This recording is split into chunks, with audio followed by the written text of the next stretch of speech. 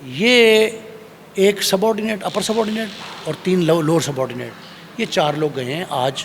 بڑا simple process ہوتا ہے کہ وہ ایک انڈرٹیکنگ لیں گے ان سے، ان کے حوالے کر دیں گے. ایک ایگریمنٹ بھی ہے پاکستان کا UAE کے ساتھ، ان کے حوالے کر دیں گے. وہ وہاں سے منتقلی ریمانڈ لیں گے جوڈیشل اتھارٹی کے مجسٹریٹ سے اور پاکستان لے آئیں گے. اس پورے دورانیے میں اس آؤٹ آف کنٹری سے پاکستان لانے میں کتنا وقت لگتا ہے؟ مجھے دبئی تک نے پاکستانی ٹائم کے مطابق رات 1:33 پر ان کو گرفتار کیا گیا، اور اس وقت اب اگلا دن آ چکا ہے اور شام کے 7 بج چکے ہیں. تقریباً 17 سے 18 گھنٹے گزر چکے ہیں. تو اس کا پروسیجر کتنا لمبا ہوتا ہے، اور کب تیفی بٹ صاحب پاکستان میں آئیں گے؟ تیفی بٹ اگلے ویک میں کسی دن بھی پاکستان آ جائیں گے، اور پہلے ابتدائی ایام میں پیر منگل بدھ کو ہی آ جائیں گے. ایک تو یہ ہے. دوسری بات یہ ہے کہ پروسیس ہے، ڈیو پروسیس. ڈیو پروسیس میں یہ پاسبل نہیں ہوتا کہ آپ فوری طور پہ سارے کام کر لیں. اس ڈیو پروسیس میں سیکشن 30 کے مجسٹریٹ کے پاس آپ نے جانا ہے، اس نے منتقلی ریمانڈ دینا ہے. ایک روٹین کا ہوتا ہے منتقلی ریمانڈ. وہ ایک درخواست دینی ہے، وہاں انٹرپول درخواست دے گا، انٹرپول کے بندے کو بلائیں گے، ان سے سنیں گے، پاکستان کے مقدمے کی فائل دیکھیں گے. وہ جو مثل انہوں نے پاکستان نے بھیجی ہے ریڈ وارنٹ کے ساتھ، اس کے تقابلی جائزہ لیں گے مجسٹریٹ صاحب. وہاں کے UAE کے مجسٹریٹ جو ہے ان کو منتقلی ریمانڈ دیں گے. کچھ وقت تو لگتا ہے. میرا نہیں خیال کہ اتنی عجلت میں کیوں ہیں ہم اتنی جلدی کیوں چاہتے ہیں کہ تیفی بٹ کے آنے سے پاکستان کے سارے قرضے اتر جائیں گے؟ ہم کیوں اتنی جلدی کر رہے ہیں؟ مجھے نہیں پتہ.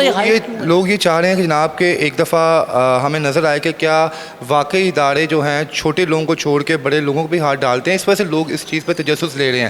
اچھا، دوسری بات سر، جب کسی کو گرفتار کیا جاتا ہے، اس کی کوئی فوٹیجز سامنے آتی ہے، کوئی ویڈیو سامنے آتی ہے، کوئی نہ کوئی ایویڈنس سامنے آتا ہے جس سے دیکھنے والوں کو یقین ہوتا ہے، لیکن ابھی تک تیفی بٹ صاحب سے ریلیٹڈ کوئی بھی ایسے شواہد سامنے نہیں آئے. اس کی وجہ کیا ہے؟ دیکھیں، یہ سارا کچھ ہوتا ہے پاکستان میں. ٹھیک ہے یہ خلاف قانون. یہ بھی خلاف قانون ہے. آپ نہ ویڈیو بنا سکتے ہیں، آپ نے شناخت پریڈ کرانی ہے ملزم کی، اور آپ پہلے چہرہ دکھا دیں گے ویڈیو میں اس کا، تو شناخت پریڈ کرنے والے کے لیے آسانی ہو جائے گی. ملزم کو شناخت کر لے گا وہ. قانون دیکھیں، چہرہ مسخ کر دیتے ہیں، پردہ ڈال دیتے ہیں آگے، اس لیے ڈالتے ہیں نا. کوئی ایسی بات نہیں ہے. ان لوگوں کے لیے، انٹرپول کے لیے، دبئی پولیس کے لیے، وہاں کے مجسٹریٹ کے لیے، وہاں کی عدالتوں کے لیے یہ اچنبھا نہیں ہے. تیفی بٹ کی گرفتاری ہمارے لیے اہمیت کی حامل ہوگی، باقی لوگوں کے روٹین کا کام ہے، اور وہ ہم پہ ہنس رہے ہوں گے. جس طرح کی ہم گفتگو کر رہے ہیں نا، ہم جس طرح میڈیا پہ ہر 10 منٹ بعد ایک خبر اس طرح کی چلا رہے ہیں جس میں پھلجھڑیاں زیادہ ہیں، حقائق سے گراؤنڈ پہ کوئی فیکٹس نہیں ہیں، وہ ان پہ ہنستے ہوں گے لوگ، تمسخر اڑاتے ہوں گے ہمارا کہ ہم لوگ کتنے احمق ہیں. یہ روٹین کی ان کے لیے گرفتاری ہے. وہ کئی ملزم اس طرح کے ہر روز جو ہے حوالے کرتے ہیں. ماضی میں ہم نے دیکھا ہے اور باقاعدہ ویڈیوز بھی موجود ہیں کہ جب کسی بڑے شخص کی گرفتاری ہوتی ہے تو کوئی اپنا ہی مخبر نکلتا ہے. مخبری کی بنا پر کئی اس وقت جو ہیں قبر کی من و من مٹی کے نیچے جا چکے ہیں. کیا تیفی بٹ کی جو ٹھکانہ تھا جہاں پہ وہ رہ رہے تھے، جس فلیٹ میں جہاں پر، کیا باقاعدہ اس کی بھی کوئی مخبری کی گئی تھی کہ یہاں پر اس پوائنٹ پہ ہیں اور ایگزیکٹ وہاں پہ؟ بھائی، یہ مخبری کا نظام جو ہے نا، یہ پاکستان میں ہے. وہاں مخبری کی ضرورت نہیں ہوتی. وہاں انہوں نے قدم بھی گنے ہوتے ہیں، علاقے بھی سرچ کیے ہوتے ہیں، پوری مانیٹرنگ ہوتی ہے، سرویلنس ہوتی ہے. ہم صرف مانیٹرنگ پہ چلتے ہیں، مخبری پہ چلتے ہیں، وہ سرویلنس پہ چلتے ہیں. ان کو فزیکلی ہر بندے کا پتہ ہوتا ہے کہ یہاں جو شخص آیا ہے وہ کون ہے، اس کے پیچھے کیا ہے. اگر وہ مطلوب ہے کسی ادارے کو، اپنے ملک کو، تو اس کی وہ سرویلنس رکھی ہوتی ہے. انہوں نے سرویلنس رکھی ہوئی تھی. وہ باہر نکلے ہیں، یہ فش راؤنڈ اباؤٹ ہے بڑا مشہور، دبئی فش راؤنڈ اباؤٹ سے، بڑا پوش ایریا ہے. وہاں سے وہ باہر نکلے ہیں اور وہ گرفتار کر لیا. اپنے 3-4 ساتھی ساتھ تھے. کچھ لوگ کہتے ہیں یہ وہ مرید کے اشتہاری تھے. میرا نہیں خیال ایسی بات ہے. میرے ان کے بچوں سے بات بھی ہوئی ہے، ان کے بڑے بھائی خواجہ اظہر گلشن صاحب سے بات بھی ہوئی ہے. وہ یہ کہتے ہیں کوئی نہ کو ہمارا ساتھی تھا، نہ کچھ تھا، نہ کوئی اشتہاری تھا، نہ کوئی مطلوب تھا. یہ کہانی اس لیے بنائی جاتی ہے کہ ہمارے یہاں سسٹم مختلف ہیں. ان کے یہاں گرفتاری کے، ضمانتوں کے، عدلیہ، عدالتی جتنے امور ہیں نا، ان سب کے سسٹم مختلف ہیں. چلیں صاحب، آخری سوال ہے. ماضی میں ہم نے دیکھا کہ جس شخص کو بھی انٹرپول کے ذریعے پاکستان لایا گیا ہے، 80% وہ اس دنیا میں نہیں رہا. اگر آپ دیکھ لیں ریکارڈ اٹھا کے، شاہد چودھری صاحب ایک یوٹیوبر ہیں، انفلوئنسر ہیں. انہوں نے سب سے پہلے صبر کو بریک کیا، اور وہ یہ ہر یوٹیوبر کو، ہر صحافی کو یہ بات کہہ رہے ہیں کہ میرا ایکسپیرینس ہے، میرا تجربہ ہے کہ تیفی بٹ صاحب کا بھی پاکستان میں لا کے کر دیا جائے گا.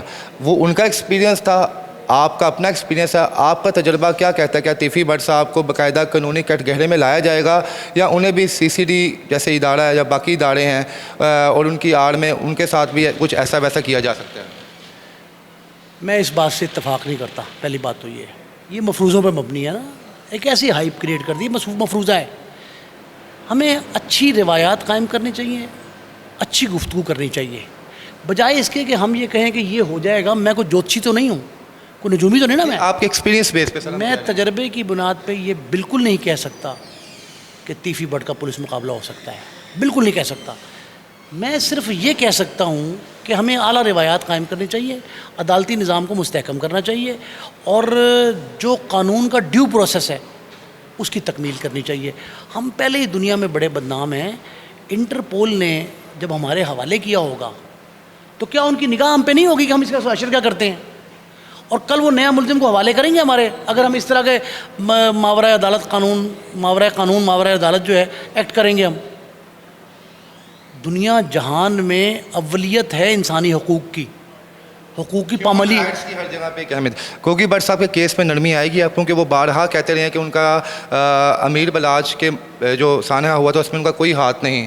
تو اب تیفی بٹ کی گرفتاری کے بعد جو ہے گوگی بٹ صاحب کی زندگی میں تھوڑی نرمی آئے گی, ان پہ جو ایک ڈر کے جو بادل جو منڈلا رہے ہیں گرفتاری کے باقی جو, اس میں تھوڑا ریلیکسیشن آئے گی یا نہیں آئے گی؟ ایک ڈی آئی جی ایک ایس ایس پی انویسٹیگیشن کو میں نے, جنہوں نے انویسٹیگیشن کی تھی جی آئی ٹی سے پہلے, اپنی آنکھوں سے دیکھا کہ انہوں نے کہا گوگی بٹ بے گناہ ہے. جب گوگی بٹ بے گناہ تھا اور اس کو گناہ گار کہہ دیا تو وہ تیفی بٹ کے معاملے پہ نہیں بلاج قتل پہ انداز ہوگا. 2 افسران نے کہا تھا جے آئی ٹی سے پہلے کہ وہ بے گناہ ہے, میرے خود ریکارڈ پہ موجود ہے, ان کی فوٹیج ہمارے پاس. جب بے گناہ کہا تھا تو اس کا مطلب ہے کہ دونوں کو ہم مشورہ کر کے اس نے کہا ہے کہ یہ دونوں اس دن رابطے میں تھے, انہوں نے منصوبہ بندی کی. جو 2 پہلے بے گناہ کر چکے تھے, اگر انہوں نے اس کو بے گناہی کا سرٹیفکیٹ دیا ہے تو تیفی بٹ کے فائدے میں جاتی ہی بات. اور اب جب بے گناہی گناہ گاری میں تبدیل ہو گئی ہے تب اور بڑا نقصان ہوگا اس بات کا کہ آپ کبھی کچھ کہتے ہیں کبھی کچھ کہتے ہیں. میرا خیال ہے کہ کیس کا رخ بدلنے کی بجائے, کیس کی سمت بدلنے کی بجائے, کیس کے حقائق توڑ موڑ کے پیش کرنے کی بجائے اور ماورائے عدالت کوئی کام کرنے کی بجائے قانون کے انصاف کے راستے کو اپنایا جائے. اور تیفی اور گوگی اگر گناہ گار ہیں تو انہیں پبلکلی سخت ترین سزا دی جائے, لیکن اگر بے گناہ 100 گناہ گار بچ جائیں, ایک بے گناہ پھانسی نہیں چڑھنا چاہیے.